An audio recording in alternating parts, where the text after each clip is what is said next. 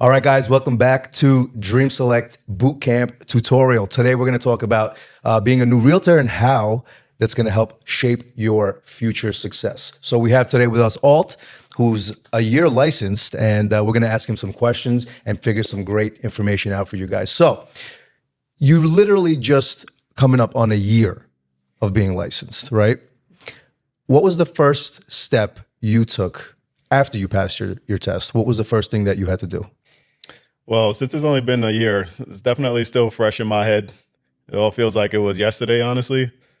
So when I initially passed my test, first I want to maybe take it a step back, because anybody that's gotten licensed already, you know how it goes. You take your test, and it's not one of those things you get the answers right away, like whether or not you pass.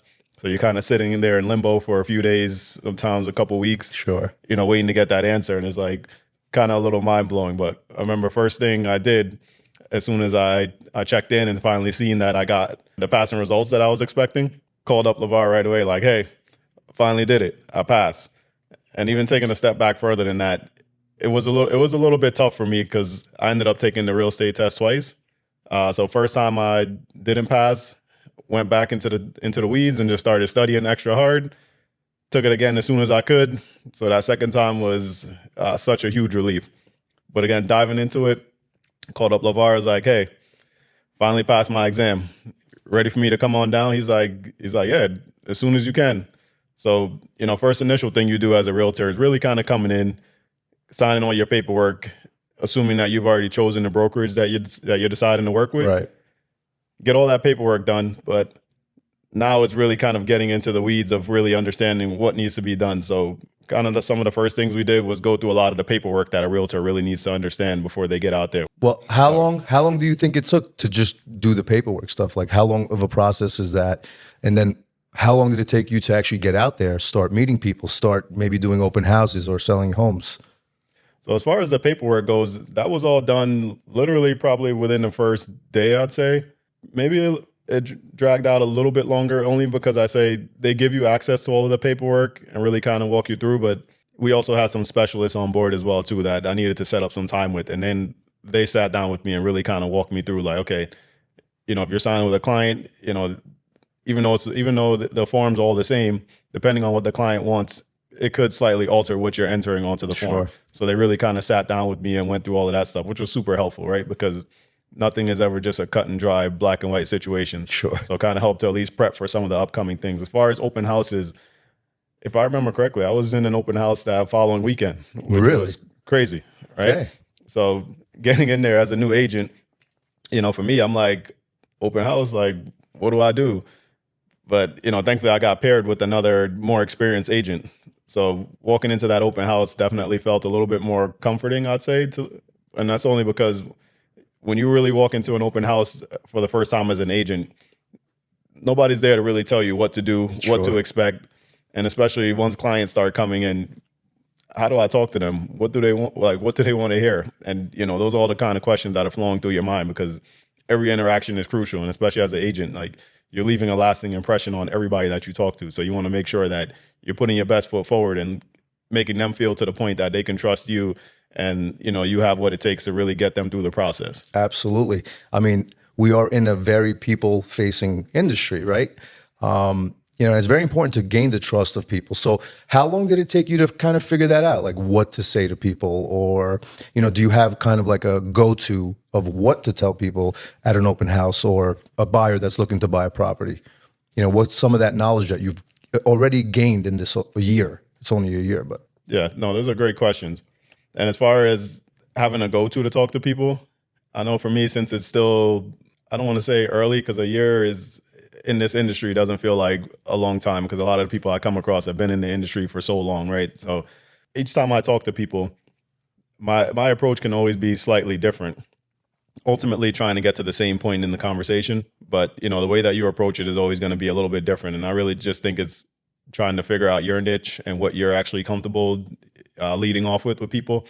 But sometimes people come in, and some people are more aggressive than others. Some people come in and they know exactly what they want. So those people that come in like that, sometimes they'll immediately stray the conversation into what it is they're looking for and what they're expecting.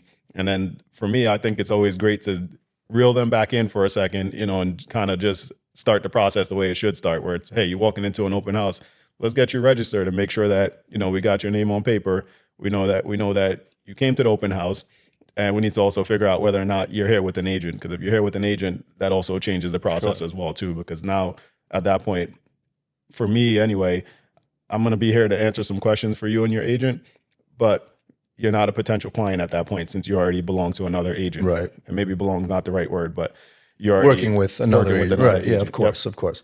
So those are all great things that you're saying, obviously things that you're going to have to deal with, right? People coming to open houses. Now, you made a very good point. You have a procedure, right? We got to do this, we got to do that. So how long did it take you to get comfortable with that procedure, right? Because it's not something that you pick up on the first open house, right? Yeah. Would you say you're more comfortable now? How long did it take to get more comfortable? Obviously, you're going to get more and more comfortable as you go, but would you say you're comfortable at a place now where you're confident in your abilities and continue to grow? Or how long did that take? What do you think? I'll definitely say I'm a lot more confident in my abilities now. Is there room for growth? 100%. Always. No questions about that. But it definitely took me a while. And I'd say, being realistic, it probably took me a couple of months. And that's only because we had so many frequent open houses. Now, with other brokerages, I can't say that, as a new realtor, you're going to be in an open house every week or every possible opportunity. Right. They've done a great job here of making sure that there's plenty of open houses. And then, each of us as agents get that opportunity to work these open houses. And there's no better experience for an agent than actually being able to get out there in the field, right? 100%. So again, it took me at least a couple of months to really kind of build that routine and get to the point where I'm like, okay, this is kind of working now. So, certain people might walk in and throw it off a little bit, but I've started to learn again, as I was mentioning before, that sometimes I just need to reel them back in. I can't always let the conversation be controlled by, the customers at that point. Because, absolutely. Again, everybody comes in, it's an open house, they have their own expectations, but I also have the job as well too to make sure that whatever property I'm representing, I'm doing it justice and showing it in its best light. So I want to make sure that they come in, they understand what they're looking at, and then I can start to guide them at that point rather than them coming in and trying to guide the conversation, because you will get a lot of customers that come in and do that. Sure. But again, since they're coming to your open house, you really want to be the one that's kind of guiding it a little bit more. Now, the beauty of it is that they come in and not everybody's coming into that open house saying that, hey, I'm automatically buying this open house the moment I walk in there. Right. But if not, then the conversation can start to shift a little bit. Now you can allow them to guide you a little bit more because you're starting to try to understand what it is that they need instead of you trying to market the house that you're working at. Exactly. Listen, I've been in sales my whole life, and one of the biggest things was what you just said is sometimes, most of the time, you want to listen to that customer before giving them any type of advice. So I like that, you do have a process, you do know what to say, but you do know, hey, listen, let's reel it back, right? And let's figure it out. And then you do have that keen mind of, let me listen to what you have to say. And that's kind of where I want to go next, because that's a really good strategy, right? It's a people person. You want to get to know people. What do you do? What did you do before this? Like, how did you get into real estate? Have you always been in a sales position, or what got you here? Funny enough, I've never actually been in a sales role prior to real estate. I mean, obviously when you're young, there's other side ventures of, things you do if you're ever doing fundraisers, Sure. that kind of stuff. You're going door to door, but, I don't really take that into account of, saying that I have true sales experience. Sure. As far as my professional life goes, I've been into a few different things. So, I mean, it really started off as me doing technician work. So I used to work more with my hands. Right. And that led me into the wireless industry, working with cell phones, tablets, home security systems, all of those type of things. So initially what I was doing was really kind of understanding, the whole guts and the whole process of what it takes to really repair those devices and everything like that. But eventually what it led me into was engineering, product development, and project management. It's impressive. And what that basically consists of is, now every time you see these wireless devices, just think about the fact that there's a whole other process around it, right? There's everything that happens before these devices are ready to go to market. There's the things that happen once it's ready to go to market, right? The actual sales portion, which for me, again, wasn't part of my expertise. And then there's everything that happens after it's sold, which is Sure. the whole, repairs and all of that good stuff like that, kind of tying back to what I initially started. So after I got into that and started to really understand project management and product development, that was really where I think I kind of found my niche and really started to, drive it home as far as what I was into. And I'm like, okay, I can really kind of see myself doing this a little bit more long term. And I spent a good amount of time in the wireless industry. And from there, I ended up transitioning into the jewelry industry. Oh, Strange enough. Really no connection there. I was just in the wireless industry for a good amount of time, and then I was ready to actually try something different. I still wanted to do project management, but I wanted to work in a different industry because after being in the wireless industry for so long, I was like, all right, you know what? I know this very well. It's very competitive as well too, but with project management, I feel like you can apply it anywhere. sure.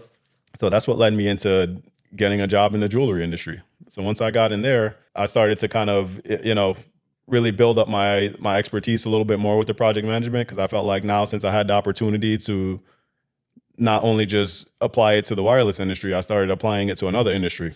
So those initial few years was kind of rough, because then now I'm trying to figure out, hey, how do I take my skills and apply it to something different? Took me a couple of years to get around that curve, but eventually it all started to make sense. After being in that for a few years, I knew my broker here for a while, LeVar, and it's probably a few years ago he started talking to me about real estate, because he's been in the industry for a long time. Sure. And, something I told him that, hey, it's always something I've envisioned on the side as well too, because I've always wanted to, sell homes. At the same time, I wanted to own a home. This was all before I owned a home. So I knew, as I was getting into the process of wanting to own a home, it kind of drove me into that a little bit more. I was like, hey, I'm ready to own a home. Like I want to learn everything as I need to know, about real estate as well love too. that. So fast forward a few years later, after I ended up purchasing my home, and I got to a point where I was like, okay, I've had my home for a while. Now I'm ready to, kind of expand myself again and really start to, figure out where I can apply myself. End up having a conversation with LeVar again, which was great. Timing was perfect. And he was like, hey, I started my own brokerage. This would be a perfect time for you to become an agent. And I was like, you know what? Like, I've been putting it on the shelf for a while, but I'm 100% ready. So I started at that point. He gave me a recommendation of what school I should go to. Went to the school, did my studying, and here I am today. So there was already a little bit of passion there for real estate, but getting that little bit of an extra push was great. And the only reason why I say that is because it's something that deep down I wanted to do, because at some point I want to be able to financially manage myself. And when I say that, meaning that I'm not tied into an organization or a corporation that's basically controlling, kind of how much you work, how often you work, and what you're actually getting out of it. Like, the real estate really enticed me because I know whatever you put in is what you get out of it. And that's my biggest driver of real estate, right? I know if I put in 100%, I'm going to get 100%. If I put in 200%, I'm getting 200%. It's not like the corporate world or any other small business you work for. You can put in 1,000% if you want, and you're only getting that 100% that they promised you. Yep. So again, real estate really enticed me because I know sky's the limit with that. And I really want to, one, learn as much as I can about it. And two, I just have that hunger to, want to be a top agent as well too. That's good. Yeah, I really like your mindset. I think you have exactly what it takes to do well, not only in real estate, but in any type of, sales industry, because you are people oriented, but you do also care. And I can see that a lot. So you were in project management, and I know you said you knew LeVar, which is pretty cool, obviously knowing him. What made you decide? Did you interview anywhere else, or was it, here I am at Dream Select and that's it? Did you, what was the process they told you? What did they tell you you would be doing versus other brokerages? Did you have any meetings with any other of the big brokerages out there? Or was it, hey, LeVar is my guy. I trust him. He's always been helpful, and, just signed up with them? Yeah. So full transparency, LeVar has been my guy forever. So, once he talked me through exactly what to expect and what I needed to do to kind of get things done and get rolling, I knew right away that was going to be my guy. So I already decided that I was going to go with it. Fast forward a little bit into my real estate career, I've had a couple other brokerages try to reach out to me as well too. Sure. At that point, they're starting to pitch whatever it is that they're trying to offer and things like that. And at that point, I'm not even interested, honestly, to look into other brokerages, because I already know this is my guy and this is what I'm going with. But, hearing them out, at that point, it only solidified what I already decided to do, because they started to kind of share some of the things that they were offering. And in my mind, I'm like, they're not even giving me anything special or anything like that. And I'm like, I already have somebody here that's basically not only giving me what I need, but also being like a full-time mentor at the same time, like giving me more information than I can possibly ask for. Because when it comes to real estate, any new agent or any agent or an experienced agent is already going to know this. But for any new agents, information is going to be everything for you. Sure. You're going to get out there and you're going to feel like you're just swimming in the middle of an ocean. If somebody's not there to really kind of mentor you and hold your hand a little bit, at least in the initial part of the process, real estate can be a scary industry. And more than likely, you're probably going to end up getting turned away.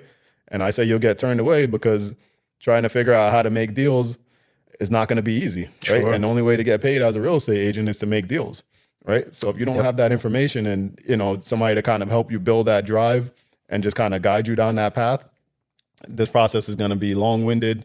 And the question is, do you have the stamina for it, right? And not everybody does. Nope. So I think that part is going to scare a lot of people. But at the end of the day, having the right brokerage and having, the right type of guidance around you and mentorship is everything. That's going to drive you home quicker. It's going to allow you to get ramped up quicker, which is what you want when it comes to being a real estate agent. You don't want to wait a year or 2 years to start figuring out how to make deals. You want to Make money right away. Exactly. So you said something important, right? You said these other brokerages are calling you, telling you their procedures, right?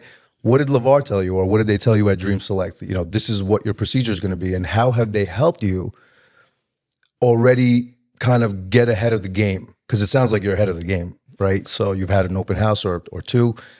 Tell me about that. Like, what did they tell you that got you, to say, listen, I know this is where I want to be, versus some of these other people that have called you, and what are they telling you that they do? I know support is very important, right? So what really caught your attention the most with this, like with their procedure here at Dream Select?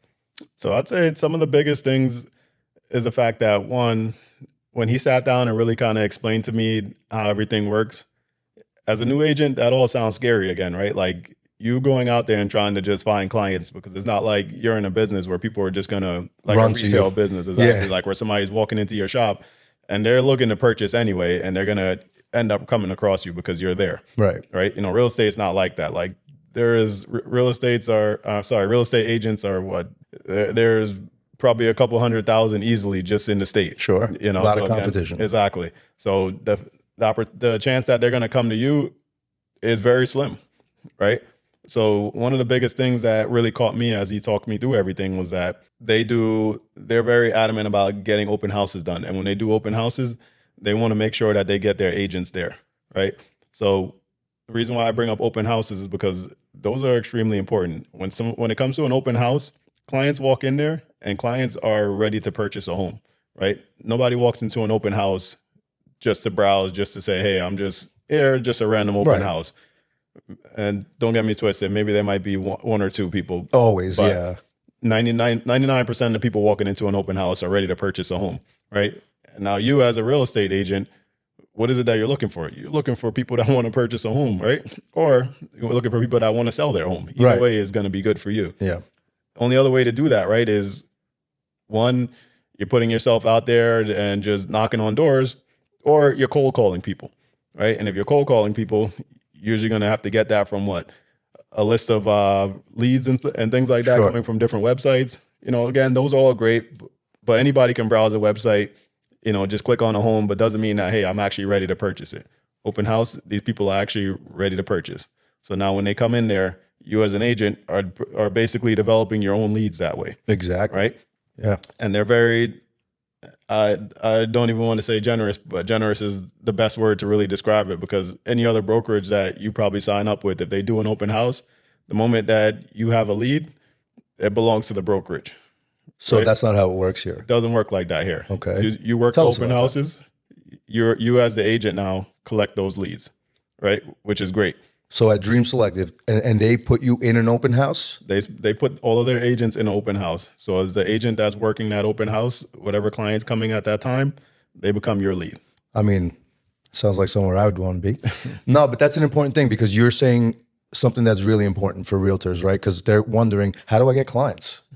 And if your broker is already giving you that platform of an open house, just like you said, hey, these people are coming to buy a house, even if they don't buy this house. Now, these people could be your potential clients. That's correct. So Tell me about that. How many open houses have you done? How have you grown your network? Have you been working with other realtors? Have you been working with maybe other professional mortgage companies or lawyers or other people to try to gain business? What has been some of your processes to try to generate new business? So I mean, as far as agents go, we have a good amount of agents here. So a lot of times when we're working open houses, we do get partnered with other agents.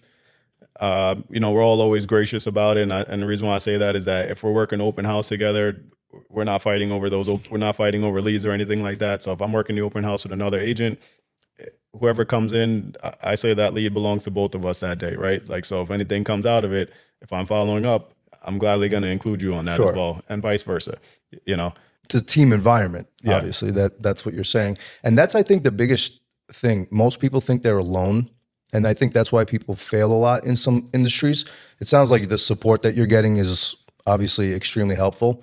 And the brokerage getting you into that open house, I think that's a big deal. Yeah. So less than a year. When is it going to be a year? January coming up is going to be officially a year. So where are we at? Like 10 months. Yep. Okay. In 10 months, what was your expectations before you got into it? And then what is your realization? So I was expecting X, right? 1 sale, 2 sale. I don't know what that looks like. And then what actually took place? Tell us about that, that process. So realistically, in my mind, being a new agent, because I've met a lot of agents out there as well, I'd say, being bluntly honest, I didn't expect anything to happen in the first year. I really thought it was just going to be a journey of me trying to figure out how to be an agent. But as I was going through that journey, I ended up selling my first home, which was great. Yeah. And again, this was thankfully to the opportunities of the open houses. Yeah. Right. So I really can't complain about that at all, because I feel like that's everything. And that specific thing right there really kind of, increased my hunger for wanting to be an agent and really kind of push forward. Yeah. And the reason why I say that is because what happens when you finally make something happen, it becomes more realistic. Yeah. Now your goal becomes that much more obtainable. You're like, you know what?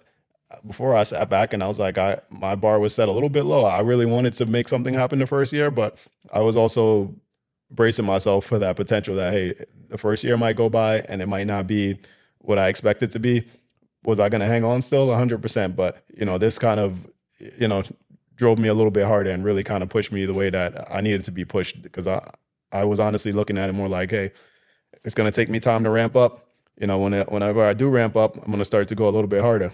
The ramp up happened way quicker than expected. So now I'm already trying to ramp up faster than I probably would have, in less than a year. I mean, that's a great feeling, especially not having any sales experience. Mm-hmm. I mean, tell these people, I mean, you don't really need to be a sales guru, do you? No, not at all. Because you're just talking to people at the end of the day. And I think you have exactly the right mentality. Like, hey, I have a procedure, but I also have to listen.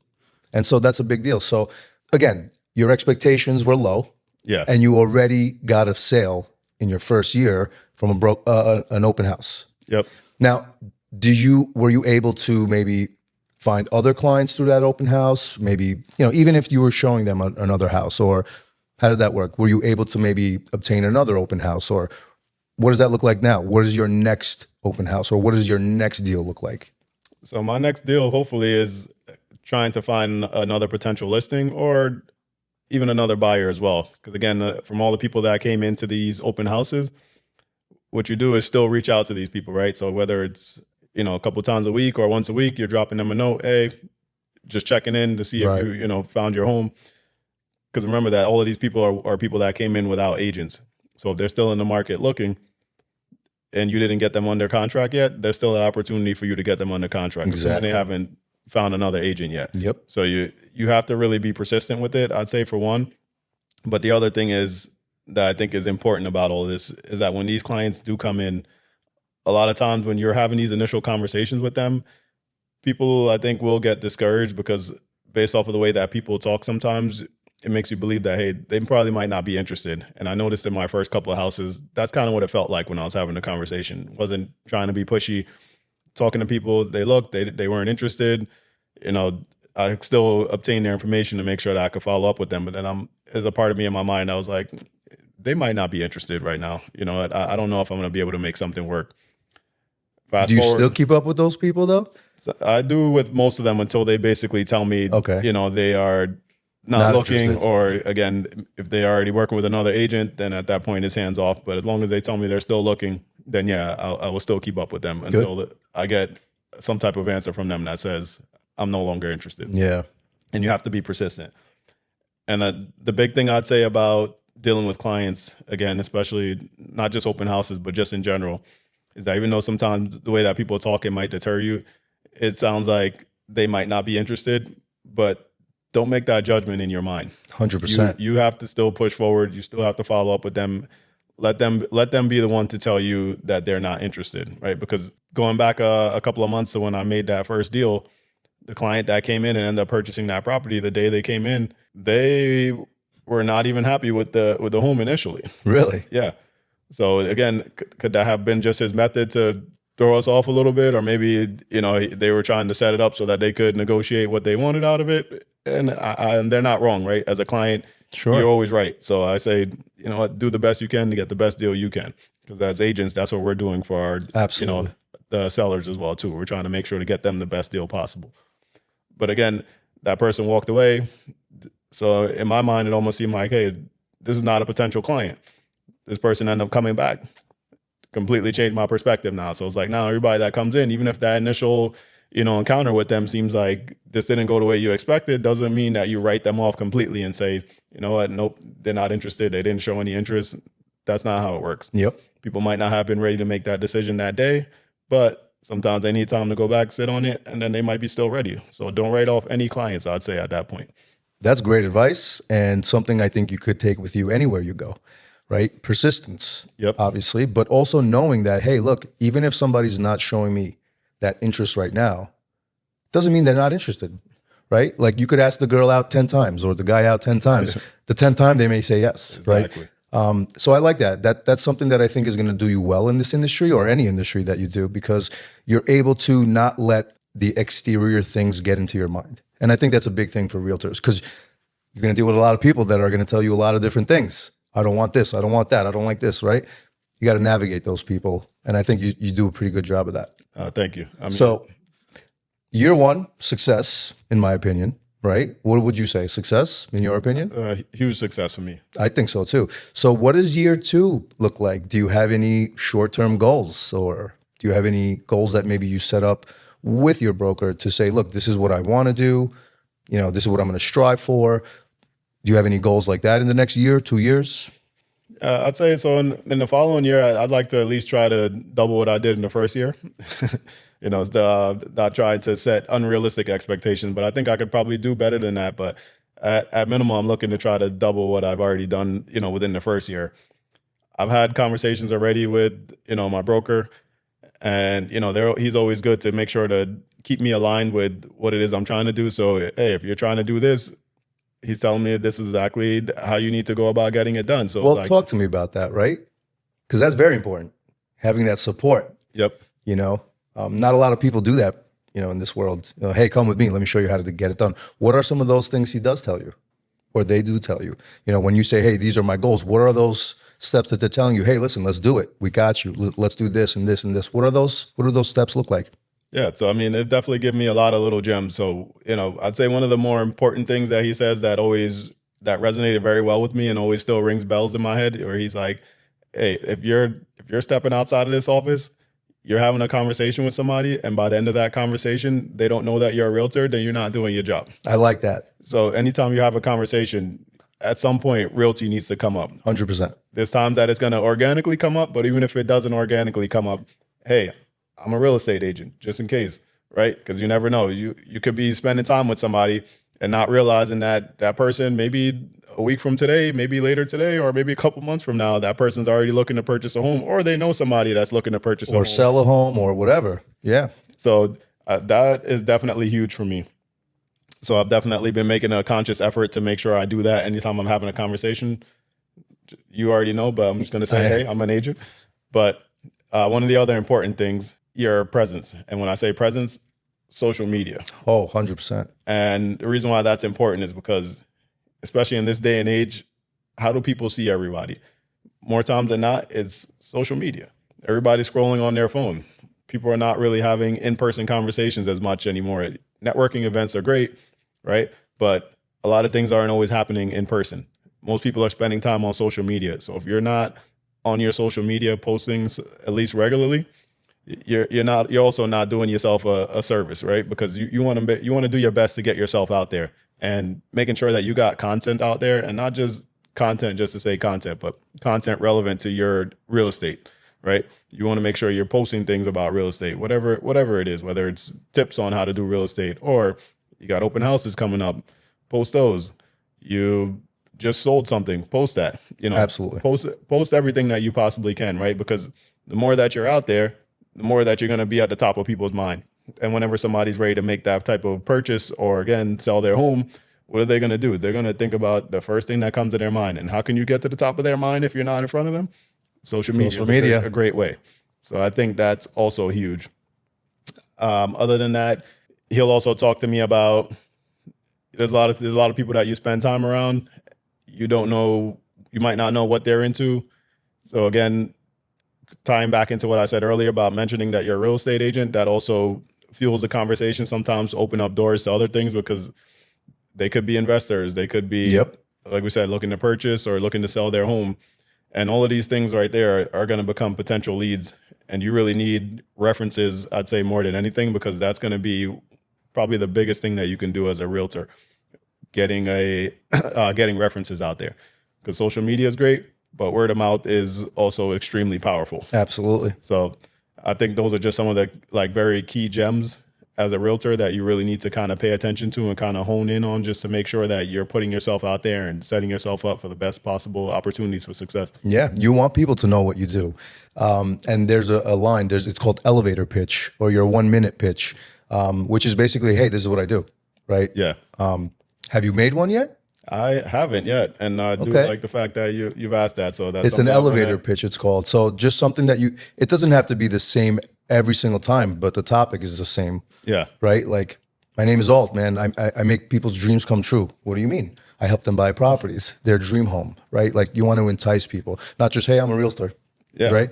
So I think you have that personality, especially, I'm not going to say I'm surprised, but coming from project management into sales, obviously there is structure with project management, but I really do think you have a lot of the great tools, and I think you have a great broker behind you who's giving you great information. So if you had to tell people now trying to get into the industry, the first thing they should do now, if they want to even get into the real estate industry, what should they do?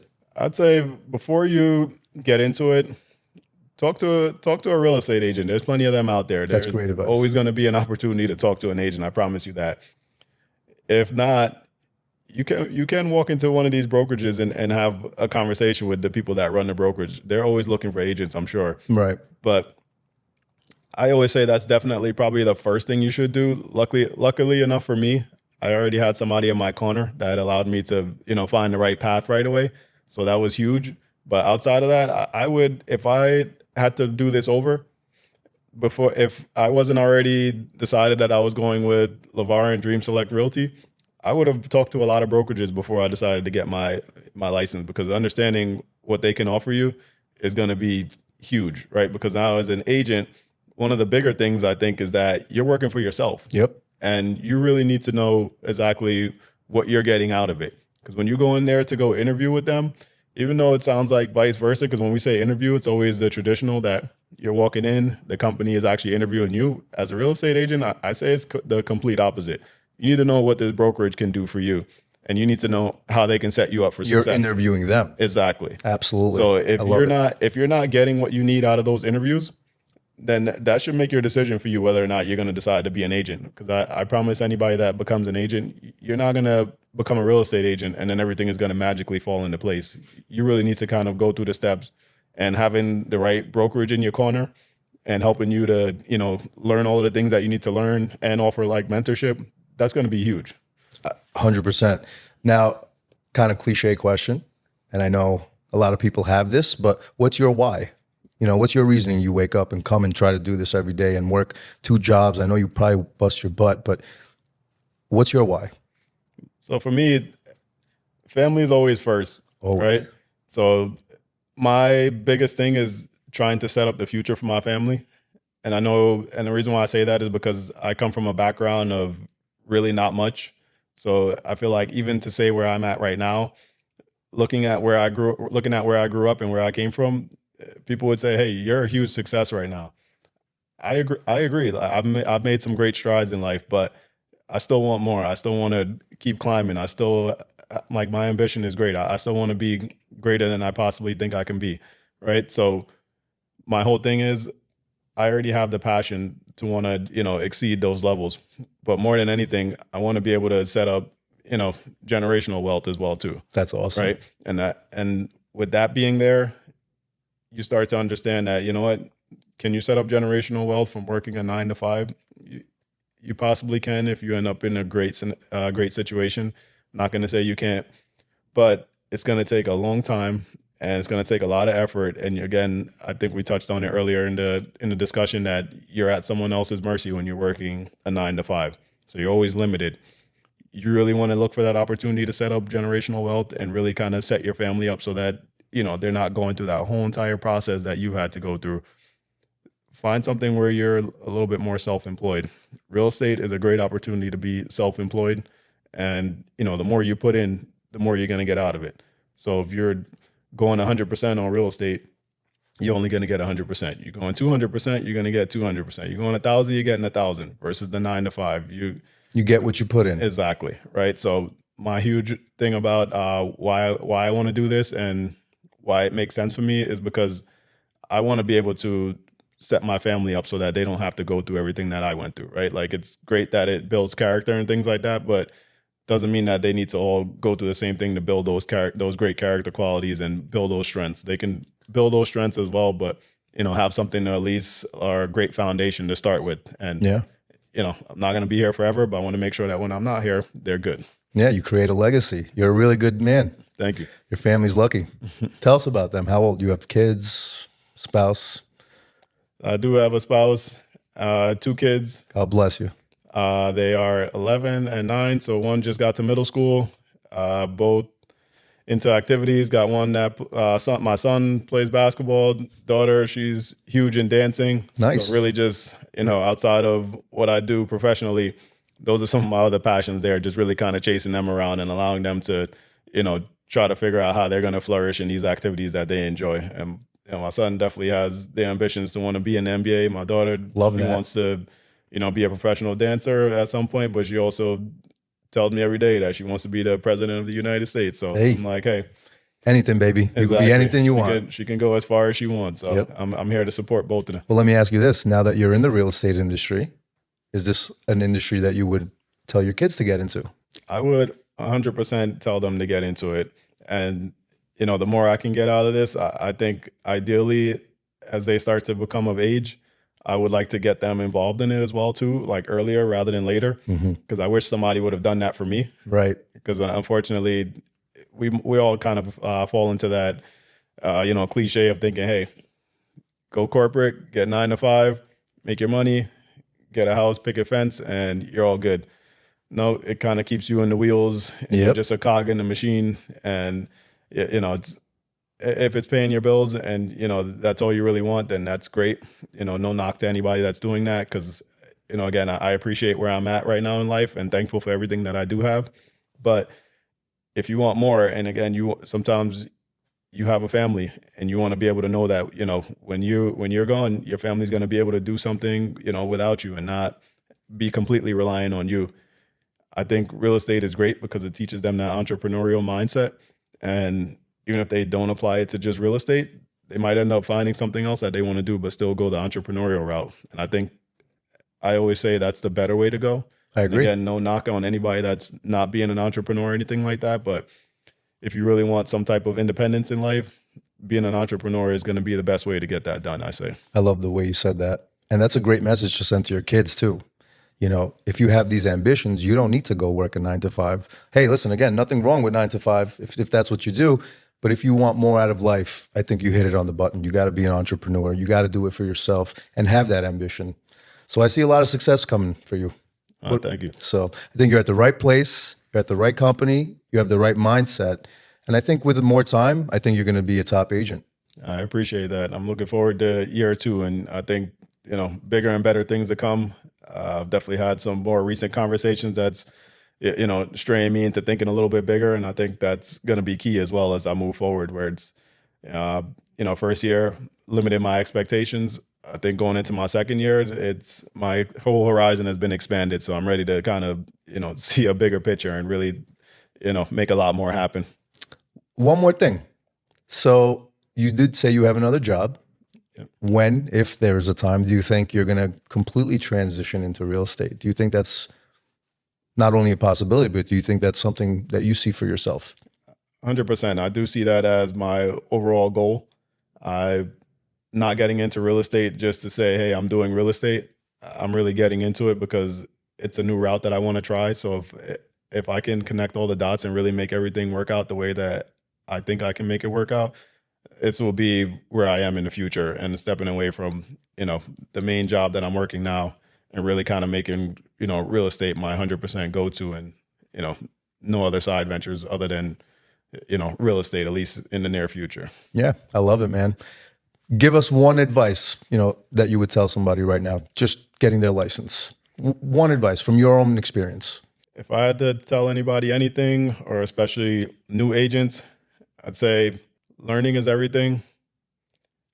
Don't take nothing for granted. And when I say don't take nothing for granted, meaning that don't get into real estate thinking that the whole world is going to open up right away. There's just plenty of great opportunity. So take it slow, but at the same time, try to seize everything that you can possibly seize. The more you can do, the more doors open up when it comes to real estate. And that's really what you're trying to do. When you get into real estate, you want the doors to open up. And when you initially get in there, doors aren't open. But hey, the more you put yourself out there, you're 100% going to see those doors open, and real estate will become a reality. Well, I see the doors opening for you. So congratulations on a successful year. And I want to say congratulations in advance, because it sounds like you're going to have a great career. You're a great parent. You're a great father. And I think the messages that you gave today are going to be very helpful to new agents, people that are in the industry, and just anybody that's listening. So really appreciate having you here. Thank you. You've been a great host too. Appreciate you, Shan. Thank you. All right. Thanks for joining us on the Dream Select Bootcamp. We appreciate you joining us. Stay tuned, follow, like us, and keep up to date with all the other content we're going to be coming out with. It's going to be very helpful for you guys now and in the future. So stay tuned.